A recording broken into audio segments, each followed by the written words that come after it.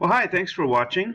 I assume you're watching this because you're doing some preparation for an ACT test, which of course is going to include a science test. So this particular video and my other videos focus just on the science, and there's other, of course, teachers that can give you their area of expertise. But the science test is a little bit different, and it's important that you know how it's different in order for you to prepare.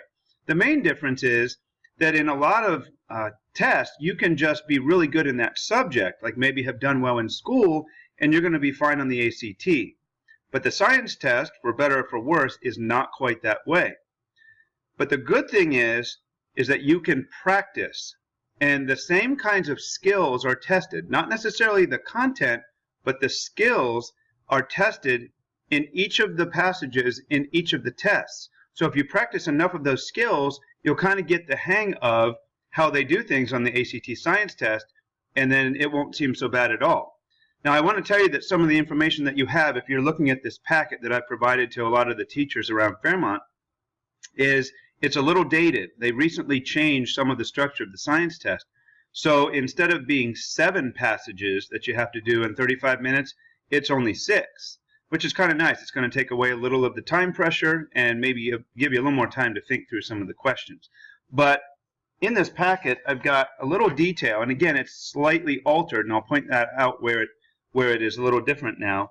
But this is probably worth reading through because it goes through a little bit of the detail. And what I wanted to point out, and I already said what's in paragraph 2 here, is that this is a reasoning test, not a content test. So read through that. But I want to show you what 3 different kinds of passages you're going to encounter on the science test. Now, it says there will be 3 data representation passages, and actually there could be on your test 2 or 3.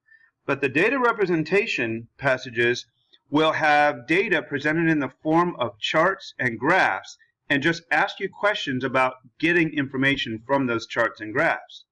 And they actually look a lot like the research summary passages as well. You will also find 2 or 3 of those.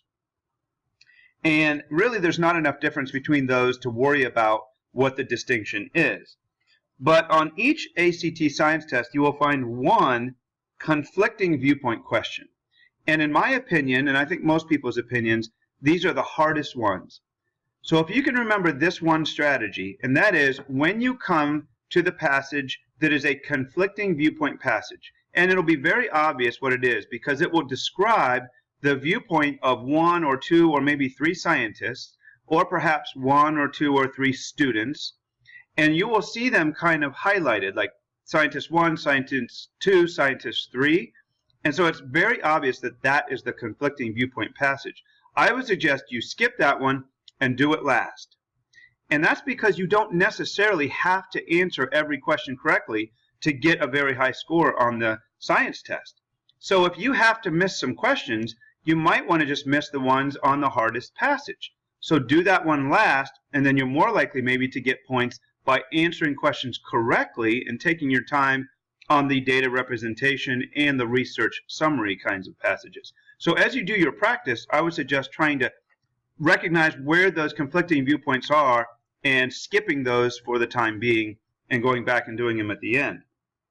It says here that you'll have 3, 3, and 1, but again, that's going to be either 2 or 3 of these passages and only 1 conflicting viewpoint.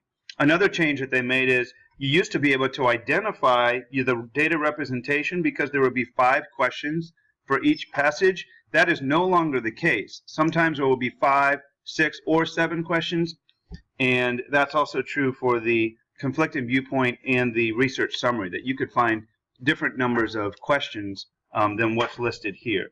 So again, some of this information you have here is a few years old and things have changed. It's still true that there are 40 questions on the test and you have 35 minutes to do it. So you want to try to work at a clip where you're doing about 1 question per minute on average. Of course, part of your time has to be reading the passage.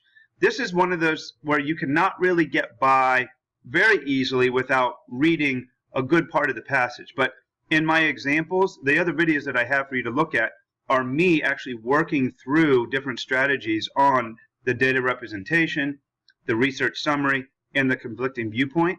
And so you'll see parts of it you might be able to skip, but parts of it you're not going to really have the option. So that's kind of a summary of what kinds of passages you're going to see. And again, the main thing I want to stress to you is you cannot rely on just having done well and learned a lot in your science classes. As much as I would love to be able to tell you you can kind of fall back on that, this is something that you are going to see content that you have never seen in your life, and that is by design. They're going to give you questions about some random tree in Africa, or some random bug that you might find in Oregon, or some little star or asteroid that you've never heard of before. That's not because you're supposed to know about it. It's because that part is not important. It's the information that you see from the graphs and charts and how to glean information from those. That's the skill that's being tested. So I promise, if you just practice regularly, and I don't mean doing one or two, I mean if you want to do well, you've got to practice several of these full tests. And I provided 3 of them here in this packet that you have. And if you don't have it, you can come see me at school or find one of your science teachers or maybe a math teacher. So practice these. You can also go online. The ACT website has free practice. And if you're going to be doing an online version of the test, it's worth it to find an online practice version, which I'm told there is one available through the official ACT site. So practice makes perfect when you're doing the ACT science. So give yourself your best shot. Do your practice. I think you'll be real pleased with your results. Thanks for watching.